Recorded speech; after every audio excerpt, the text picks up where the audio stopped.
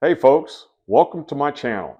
I'm Roy Neiswanger, and today I am your host for this video presentation introducing Fosi Audio's new BT20A Max Bluetooth stereo power amp. Now, this is built upon their widely popular Pro version, and the purpose of today's video is to do a quick unboxing, show the unit up close, show some of the physical improvements, talk a little bit about the technical specifications. Then we'll move into some integration demos with other components integrating with this fantastic little amp. So let's dive right in. All right, really quick before moving into the unboxing, take note of the packaging and marketing here. They went with all white. That's different from their dark blue that they've had for a number of years. Very clean, very professional looking. Some of the fonts here are embossed. This whole image of the unit itself is embossed on the package, so it gives it a really professional feel. And really, first impressions, they do mean a lot. Great improvement. One other thing I took note, new slogan here, hear the unheard. That is fantastic. I love it. Kudos to whoever thought of that. On one side here, it shows the back panel clearly, so that's good as well. And on the back here, some specs. So let's dive in and open this thing up, have a look at it. There it is again, the slogan, hear the unheard.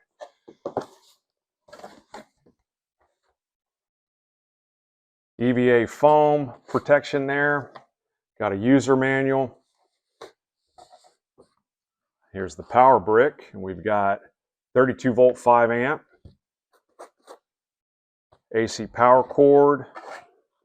Got an IR remote here. Very nice. Here's the main unit. Set this box aside. Ooh, this is exciting. All right. Man, it feels beefy, feels nice. Oh, look at that. Look at that, folks. Look at that CNC cutout max for vents. So there's a vent on the top and on the sides. We're going to get into the cooling of this unit. They did something really neat with that. Oh, and right away, upgraded binding posts. Look at that, guys. Quality upgraded binding post. A stubby Bluetooth antenna here, shorter profile. I kind of like that. We got our tone control, and yep, there are detents at noon. We're going to get into all the inputs and outputs on this device. You know, this is just the unboxing. Feels really sturdy. Like it. All right, now let's talk about the inputs and outputs, the front and rear panels, starting with the front user interface panel, left to right. We've got the power button, press to hold on, press to hold off, momentary press to change inputs from Bluetooth, RCA1, and RCA2. Yes, there are two analog RCA inputs in this amplifier. Furthermore, there's a tone when you power up and power down the unit and change the inputs, and I will demonstrate that later in the video. The IR sensor window next. Then you've got your tone control starting with the bass, and again, there's a 12 o'clock detent, which is nice, treble, detent at 12 o'clock. Finally, at the far right, you've got your volume knob. Now this volume knob is servo motorized, so when you use the remote, the volume knob actually turns. Very nice. Now let's flip around and take a look at the business end of this amp. Starting left to right, you've got RCA input 1, RCA input 2. You've got tone control bypass toggle switch here. That's a fantastic feature. I use that feature a lot in my amps because of my preamp with DSP and room correction and all. I like to turn that off on my amplification stage. You got your subwoofer out, RCA coax. Then you got your left and right binding post for your passive speakers. You've got a 12 volt trigger port, Bluetooth antenna, and finally, a feature they introduce, high pass filter 80 hertz. Down is off, up is on. Now when that's on, it's going to filter out all frequencies below 80 to your satellites. So only 80 and above will go to your satellites. The rest will go to your sub. And in some situations, users will prefer that for better vocal and mid-range presentation at the satellite main monitors. Let's look at the sides. You've got vents there on the sides with that orange mesh underneath. Again, at the top, you've got this nice CNC Max cutout. Now, what's interesting here, though, is this is no longer just a passive cooling unit. They have a DC fan under here pushing hot air out of the top. So cool air comes into the sides, hot air comes out of the top. Fantastic. On the bottom here, those two fasteners, they fasten the aluminum plate that's attached to the Class D chip, which in this case is the Texas Instrument TPA3255. And you got 4 silicon feet with nice embossed Fosi logos. So now the next part of the video will be specs and comparisons from its predecessor and comparing it to one other model that Fosi has, which I think is a fair comparison. All right, folks, let's move into the key technical specifications of this unit. Now, I'm going to compare this unit to its predecessor, the BT20A Pro, but I'm also going to throw in there Fosi Audio's V3 mono block. And the main reason for that is the V3 mono block introduced a circuit called PFFB, or post-filter feedback technology, which they also brought over to this unit that the Pro doesn't have. So that's a great improvement on this unit. So let's dive in here with the specifications for the Pro on the power. Now, this is maximum non-RMS root mean square using the 48 volt. This unit, as well as the Pro, can use 32 to 48 volt input. So using the 48 volt input on the Pro, you could get up to 300 watts times 2 into 4 ohms. That's the same spec on this unit, 300 watts times 2 into 4 ohms. Now the V3 mono, it's published is 240 watts times 2 into 4 ohms. They all three have the Texas Instrument TPA3255 Class D audio amp. For Bluetooth, the Pro version of this, again, it did have a taller antenna on the Pro. I'm unsure of the Bluetooth version on the Pro, but it only supported SBC and ACC codec. This unit supports Bluetooth 6, and it supports SBC, ACC, but also pretty much all the flavors of aptX, HD, adaptive, and lossless, and it also supports LDAC. The Pro does not have a sub out.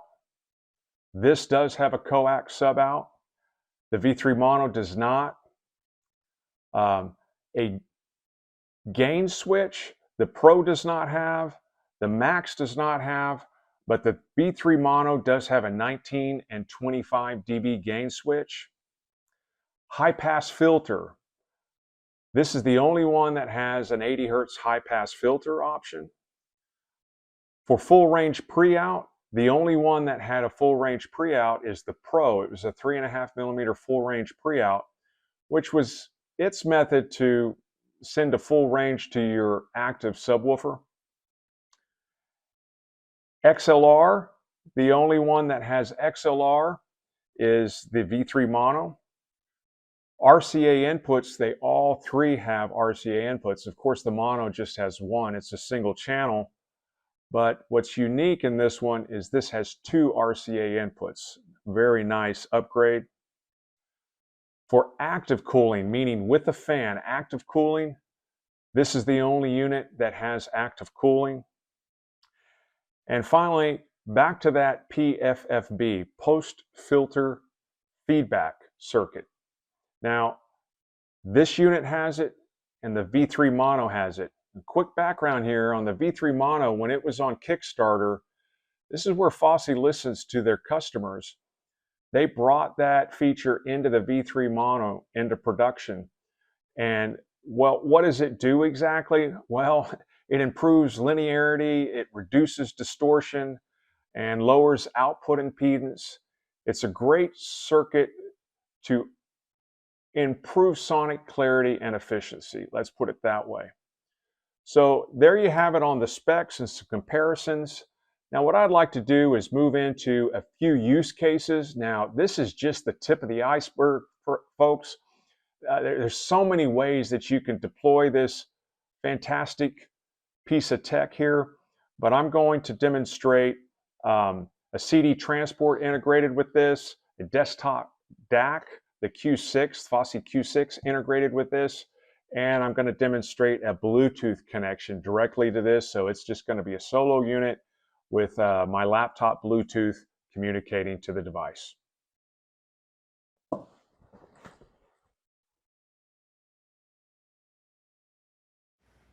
Okay, for the next demo here, I've introduced a CD transport that's on the bottom of the Macs and the Fosi Q6 desktop DAC.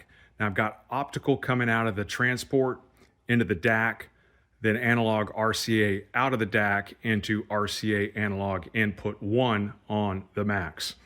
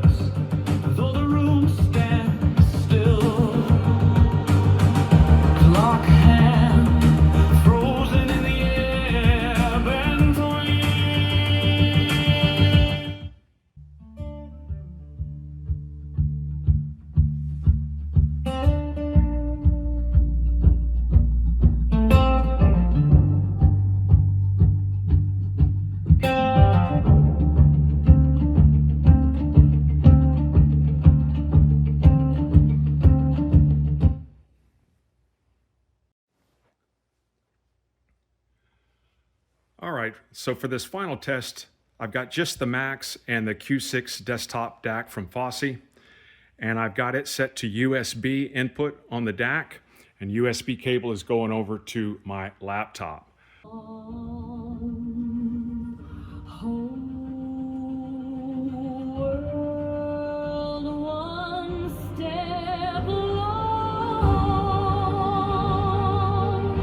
I can hear it.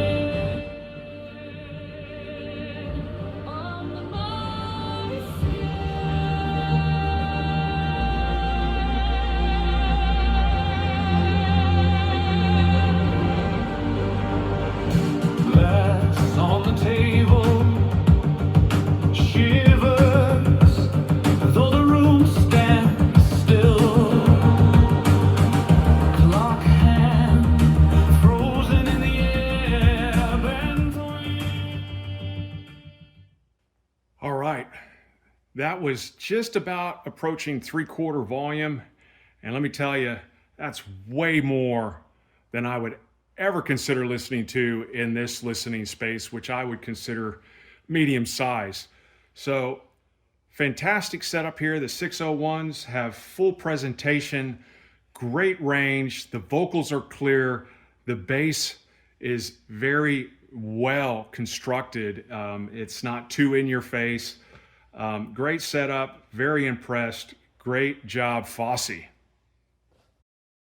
All right, for this demonstration, I'm going to be using the Macs only Bluetooth from my laptop. The Macs is driving Fosi's SP601 satellite bookshelf speakers, which sound fantastic, by the way. But before I do that, though, as I mentioned earlier in the video, the tone when you switch the inputs on the Macs, I'm going to demonstrate that now.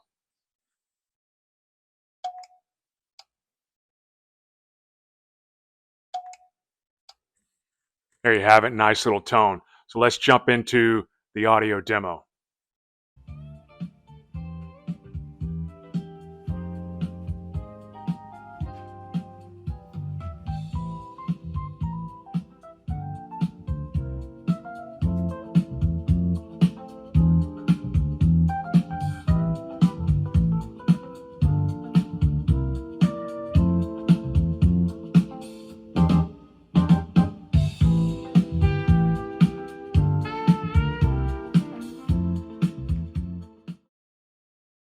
Okay guys, as I begin to wrap up this video on the BT20A Max from Fosi Audio, I wanted to bring out a few of the devices that I mentioned earlier just for comparison, just so you can see physically. So here's the 20 Max here and the V3 Mono that I mentioned, right? You can see the size difference there.